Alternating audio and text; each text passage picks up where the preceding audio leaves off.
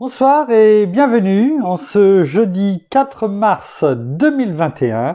Et nous en sommes arrivés ce soir à la méditation numéro 349 et plus particulièrement à la méditation numéro 63 dans le livre, dans ce formidable voyage que nous faisons dans le livre de l'Apocalypse et dans ce livre de la Révélation, jour après jour depuis le 1er janvier de cette année. Avant de poursuivre ce voyage, oui, parce que c'est un voyage, et quel voyage, eh bien, prions. Merci, Père, merci. Merci pour ta présence parmi nous, dans le nom de Jésus. Merci, bien-aimé Saint-Esprit, de nous conduire également dans tous tes enseignements. Oui, permets que nous voguions sur ce fleuve que tu es, le fleuve du Saint-Esprit, dans lequel nous venons nous immerger, eh bien, jusqu'à ce que nos eaux en soient imbibées chaque jour, tout comme Élisée. Alors, Seigneur, viens nous donner, viens nous rappeler tout ce que tu veux que nous sachions, afin que tout ce que nous entendrons et que nous mettrons en pratique au quotidien, eh bien, soit pour ta gloire, Père, dans le nom de Jésus. Amen. Nous continuons donc notre méditation dans le chapitre 2 du livre de l'Apocalypse et nous en sommes encore et toujours dans l'église de Pergame. Nous arrivons progressivement à la fin, peut-être encore 2 méditations pour l'église de Pergame et nous passerons à la prochaine. Nous en sommes après Éphèse, après Smyrne, eh bien nous sommes à Pergame où notre Seigneur nous envoie ce message pour l'église de Pergame, pour l'église de l'an 300 à l'an 500, mais aussi pour chacun d'entre nous. Il est écrit à partir du verset 12 jusqu'au verset 17. Écrit à l'ange de l'église de Pergame. Voici ce que dit celui qui a l'épée aiguë à 2 tranchants. Je sais où tu demeures. Là est le trône de Satan. Tu retiens mon nom et tu n'as pas renié ma foi. Même au jour où Antipas, mon témoin fidèle, a été mis à mort chez vous, là où demeure Satan. Mais j'ai contre toi certains griefs. Tu as là des gens qui maintiennent la doctrine de Balaam. Il enseignait à Balak à faire en sorte que les fils d'Israël trouvent une occasion de chute en mangeant des viandes sacrifiées aux idoles et en se livrant à la débauche. De même, tu as, toi aussi, des gens qui maintiennent pareillement la doctrine des Nicolaïtes. Repens-toi donc, sinon je viendrai à toi bientôt et je les combattrai avec l'épée de ma bouche. Que celui qui a des oreilles écoute ce que l'Esprit dit aux églises. Au vainqueur, je donnerai de la manne cachée et un caillou blanc. Sur ce caillou est écrit un nom nouveau que personne ne connaît, sinon celui qui le reçoit. Et nous étions justement dans ce dernier verset, le verset 17, nous avions vu que notre Seigneur, et notamment hier, eh bien qu'il donnerait au vainqueur, à celui qui vaincra, à celui qui franchira la ligne, à celui qui va être persévérant. Et nous avions pris pour illustrer, je dirais cela, eh bien l'histoire du lièvre et de la tortue. Et nous avions vu donc que rien ne servait de courir, il faut partir à point. Alors oui, nous avions dit qu'aussi bien que le lièvre ou que la tortue franchit la ligne. Et c'est à tous les vainqueurs, à tous ceux qui ont maintenu, qui n'ont pas renié le nom de notre Seigneur, à tous ceux qui ont gardé la foi dans le Christ Jésus, en son nom, eh bien, qui sont amenés à franchir cette ligne. Et la couronne du vainqueur, eh bien, sera remise. Et là, ce n'est pas que la couronne, c'est de la manne cachée. Nous avons dit hier et étudié, eh bien, cela. Comme je le disais à mon épouse aujourd'hui, eh bien, ce n'est pas parce que l'on va lentement, eh bien, qu'il n'y aura pas d'obstacle. L'ennemi voudra, quelle que soit la vitesse où nous allons, eh bien, mettre cette pierre d'achoppement devant nous. Ces obstacles, à la différence, eh bien, que quand on va trop vite, quand on veut rapidement faire les choses et peut-être stopper, comme on l'a dit hier, par rapport aux attraits du monde. Et quelquefois, on veut s'arrêter trop brutalement. Et puis, vous savez, quand on freine trop brutalement, eh bien, on a intérêt à avoir sa ceinture de sécurité. Parce que sinon, on passe à travers le pare-brise. Et la tortue, eh bien, ce n'est pas parce qu'elle va lentement, eh bien, qu'elle n'aura pas d'obstacle. La seule chose, c'est qu'elle le voit. Elle le voit parce que, en allant doucement, en étant dans la parole, jour après jour, quelle que soit la vitesse que l'on va, en tout cas pour la tortue, eh bien, on a cet esprit de discernement. On voit les choses. On voit l'obstacle arriver. On n'arrive pas trop vite dessus parce que le lièvre, il va vite. Oui. Mais quand on va vite, on ne voit pas forcément tous les obstacles.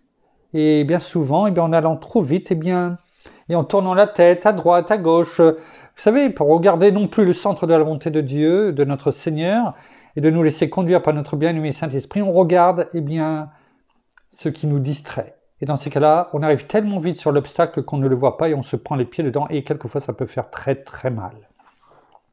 Et la chute est rude. Et quelquefois, on tombe de bien haut. Tout comme il avait été dit dans l'église d'Éphèse. Alors que la tortue, prend son temps et voit peut-être cette pierre d'achoppement, ces cailloux. Et justement, on en était là, ce caillou.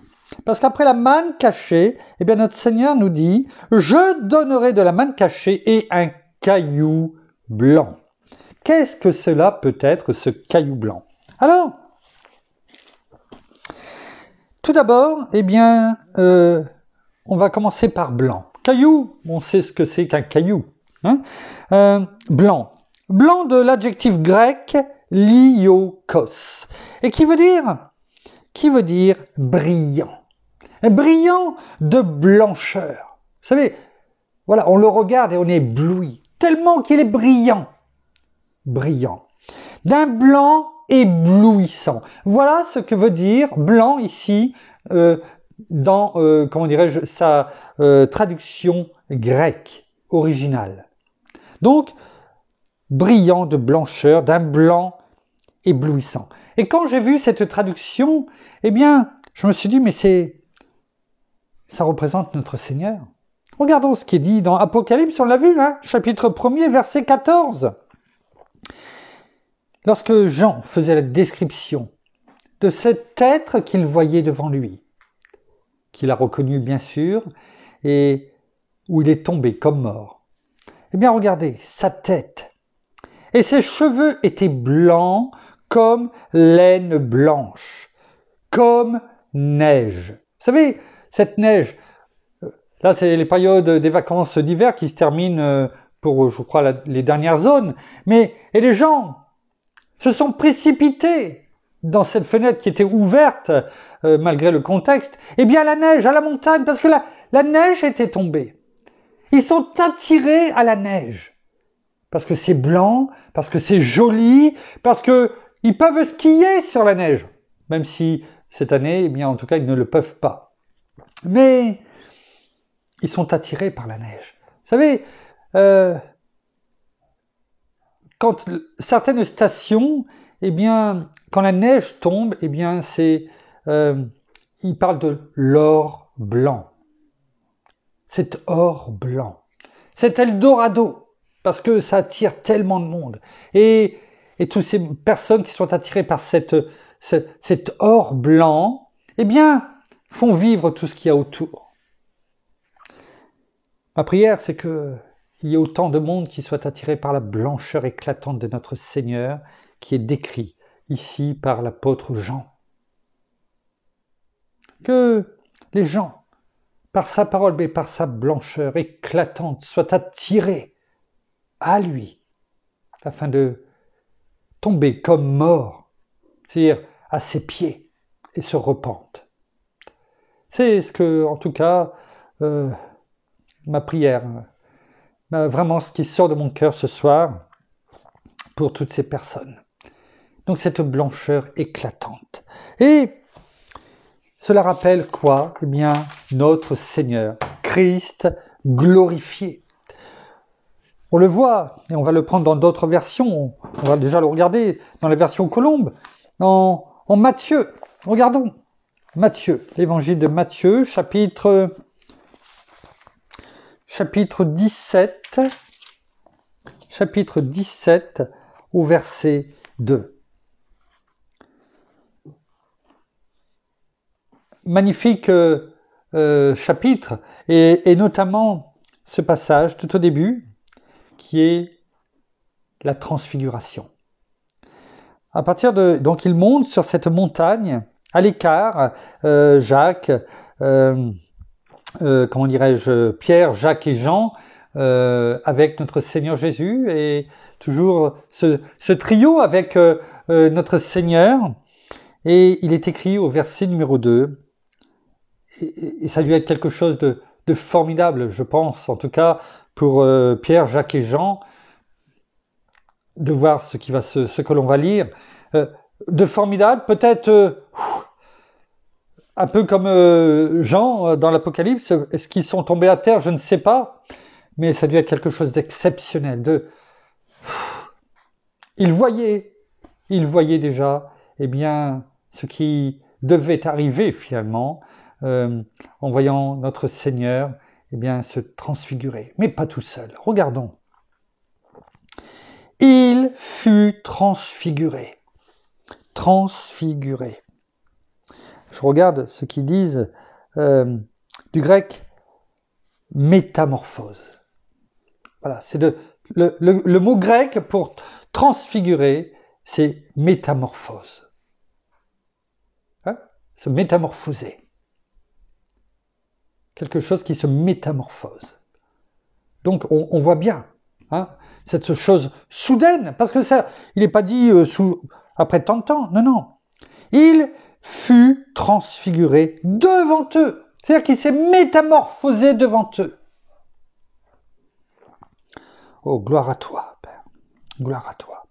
Son visage resplendit comme le soleil, et ses vêtements devinrent blancs comme de la lumière. Moïse, verset 3, Moïse et Élie leur apparurent. Moïse et Élie, s'entretenaient avec lui, notre Seigneur.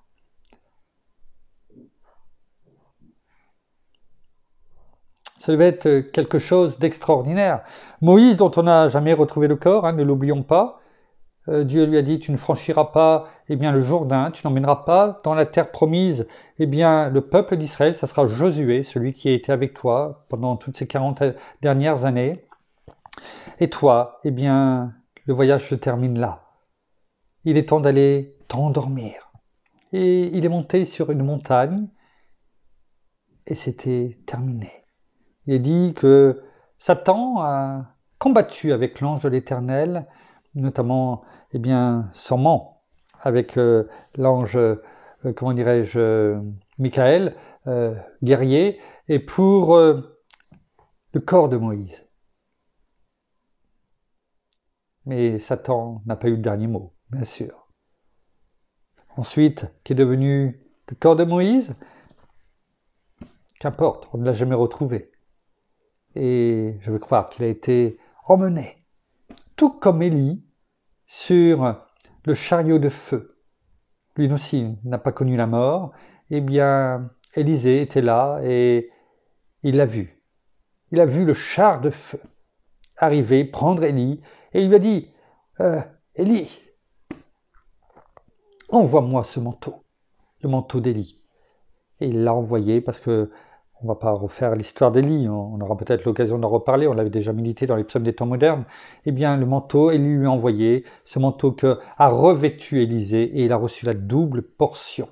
Cette double portion qu'il a reçue d'Élie, parce qu'il avait pu le voir s'éloigner. Voilà. Et là, on retrouve Moïse et Élie, lors de cette transfiguration, cette métamorphose, parlant avec notre Seigneur, éclatant dans sa gloire. C'est ça, cette blancheur. Christ glorifié. Alors, ce caillou blanc a de la valeur. Cette blancheur éclatante, il ne faut pas prendre ce caillou comme un caillou que l'on peut ramasser. Je préférais prendre mon temps pour en parler.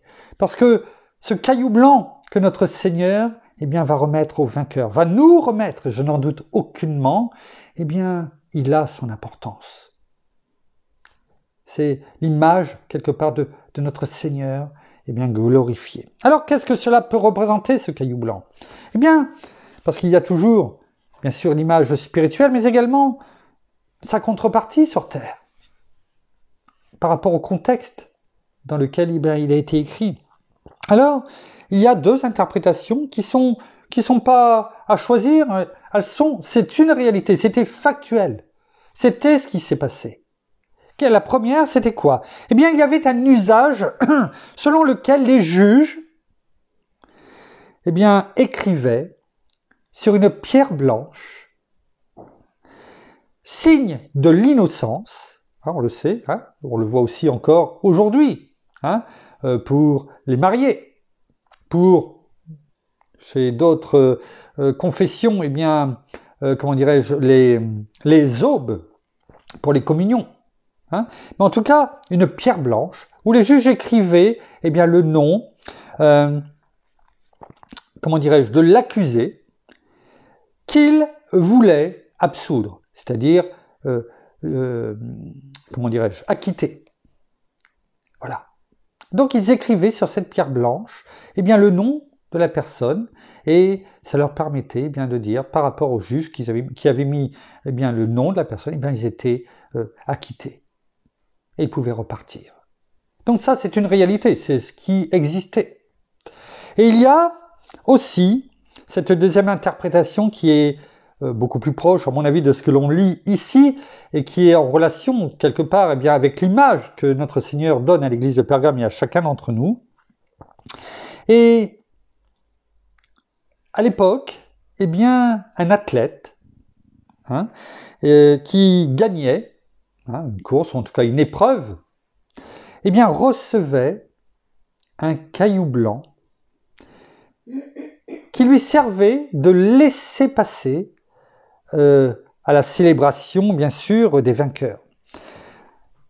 Parce que souvent, eh bien, les athlètes qui, à l'époque romaine, eh bien, comment dirais-je, les athlètes étaient beaucoup et souvent des esclaves.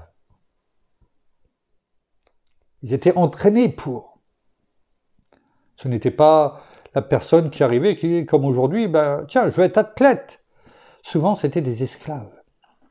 Et ceux qui gagnaient, eh bien, recevaient ce caillou blanc, et ça leur servait de laisser passer pour toutes les célébrations des vainqueurs. Et il y en a même, eh bien, qui étaient, au bout d'un moment, eh bien, suivant les victoires, eh bien, qui étaient rendus libres. On voit cette image de notre Seigneur au travers de cela. Et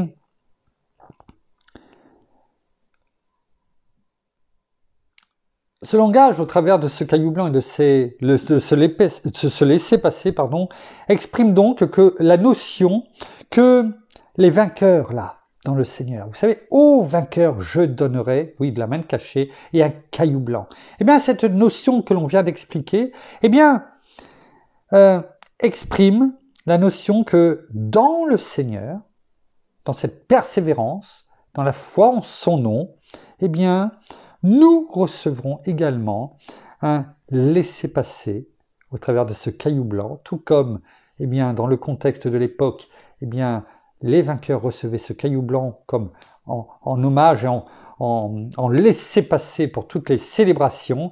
Eh bien, notre Seigneur va nous donner ce caillou blanc qui va nous servir en tant que vainqueurs, eh bien, de laisser-passer. Laisser-passer pourquoi?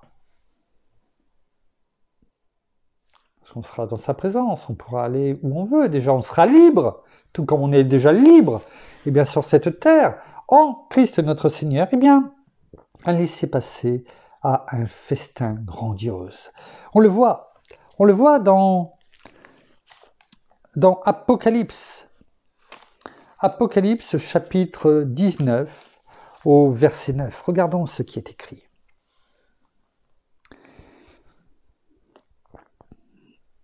Ce verset 19, on parle des noces de l'agneau. L'agneau, on l'a vu, notre Seigneur Jésus. L'ange me dit à Jean, écris, heureux ceux qui sont appelés au festin des noces de l'agneau. Puis il me dit, ce sont les paroles véritables de Dieu.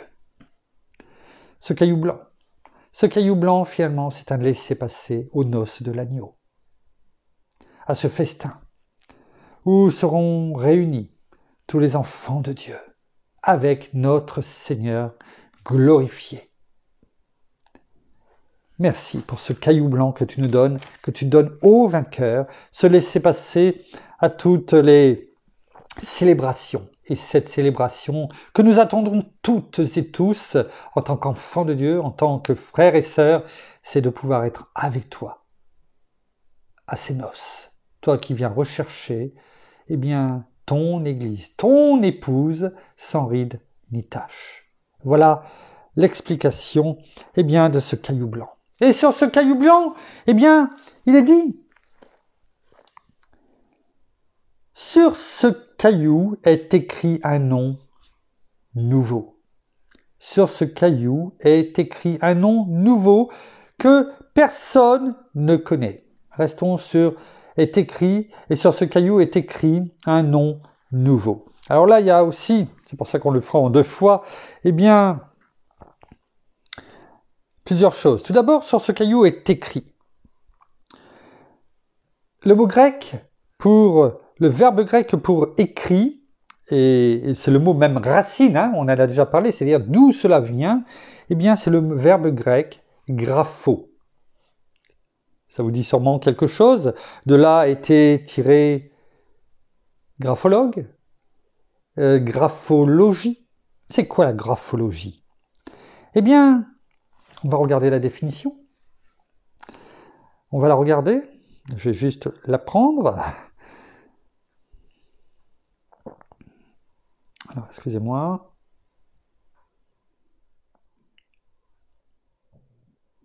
Je vais la chercher.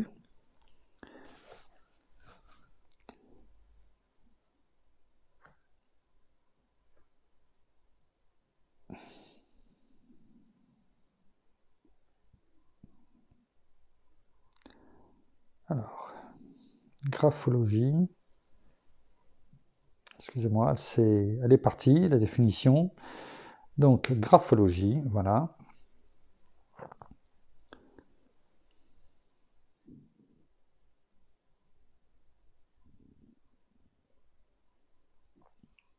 La graphologie, en fait, c'est ce que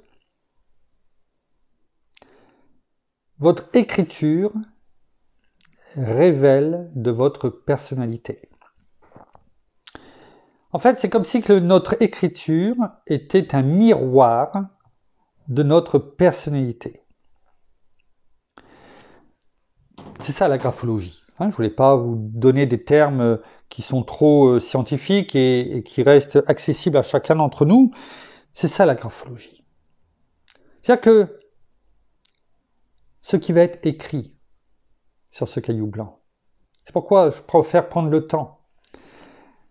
Ce qui va être écrit, c'est ce qui reflète notre personnalité. Et notre Seigneur nous connaît par cœur.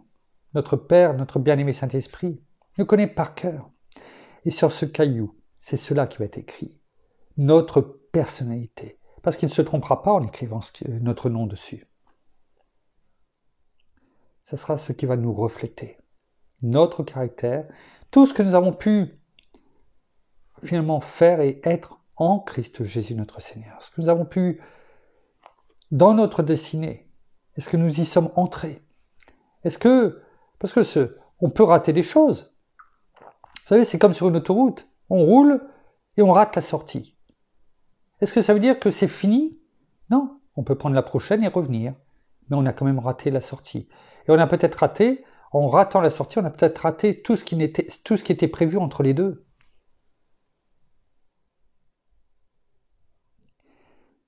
Il y a des choses que nous sommes appelés à faire et il ne faut pas rater la sortie. Mais ça ne veut pas dire pour autant que nous ne pouvons pas franchir la ligne des vainqueurs. Ce n'est pas un arrêt brutal. Alors peut-être que nous avons peut-être raté des sorties en ce qui me concerne, en tout cas, je le sais. Mais ça ne veut pas dire que notre Père, notre Seigneur, notre bien-aimé Saint-Esprit ne nous aime plus, n'est plus fidèle. En tout cas, il nous rappelle régulièrement à nous de l'écouter, de se laisser attirer par son amour et de se repentir comme on le voit depuis le début dans le livre de l'Apocalypse, afin de pouvoir revenir sur le bon chemin et de pouvoir jour après jour nous améliorer. Et c'est tout cela que finalement, eh bien, ce nom nouveau eh bien, sera écrit, grapho, parce qu'il nous connaît par cœur. On va terminer sur ça en prenant et en regardant ce qui est écrit dans Matthieu 4, 4. Dans Matthieu, chapitre 4, au verset 4, il est écrit: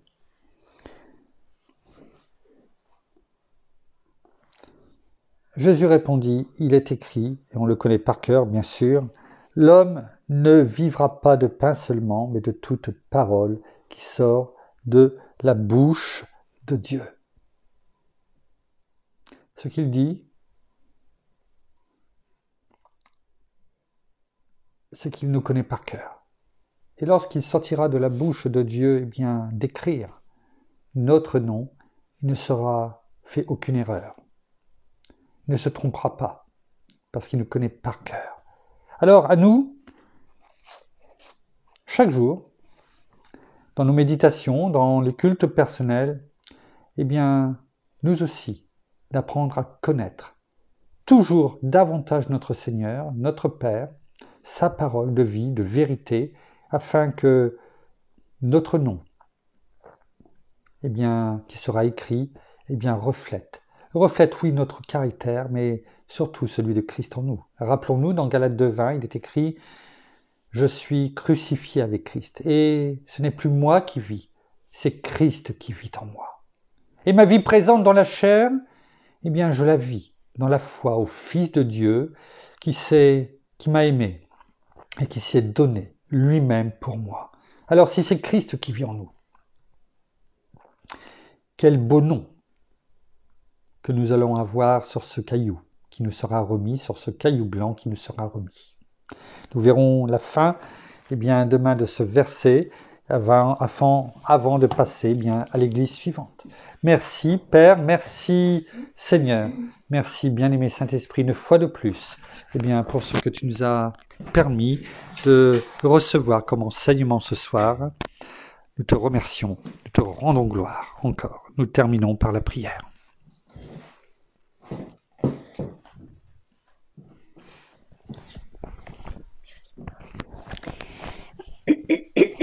Oh, merci Seigneur, et bien encore pour ta parole ce soir. Merci parce que, comme chaque soir, eh bien tu nous enseignes, tu nous montres la vérité.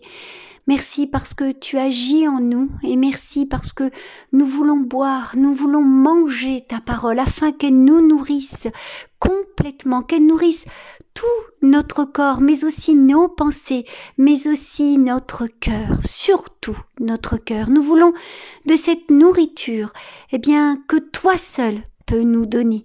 Alors oui, il y a tellement de nourriture de par le monde, de par tout ce que nous vivons au jour d'aujourd'hui, mais c'est ta nourriture, c'est ta vérité, c'est toi que nous voulons par-dessus tout. Alors, merci de ta fidélité et surtout de ton amour, parce que toi, tu nous aimes d'un amour si grand, d'un amour si immense. Nous ne pouvons mesurer combien toi, tu nous aimes.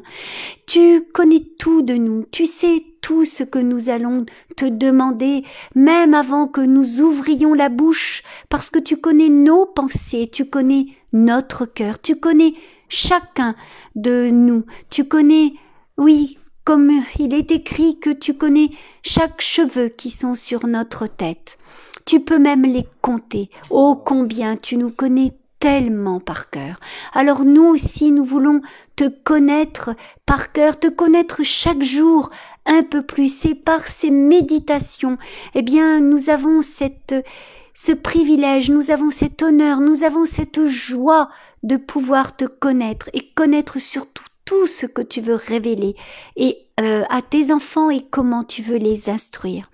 Alors merci encore pour tout ce que tu fais, Père, pour chacun d'entre nous, parce que tu nous donnes, c'est ce moment de partage avec nos frères et sœurs, afin de pouvoir nous réunir, si ce n'est pas nous réunir physiquement, nous réunir devant la caméra et de pouvoir, proclamer, déclarer ta parole et surtout la comprendre et la mettre en pratique chaque jour de nos vies. Alors merci encore tout simplement de ton amour et de ta miséricorde, et que nous aussi, nous ayons cet amour et cette miséricorde, nous aussi, envers tous nos frères et sœurs, mais aussi envers toutes ces personnes que nous ne connaissons pas, et proclamons et déclarons ta parole, et tout simplement l'amour et ton amour, mais aussi ton nom, Seigneur Jésus.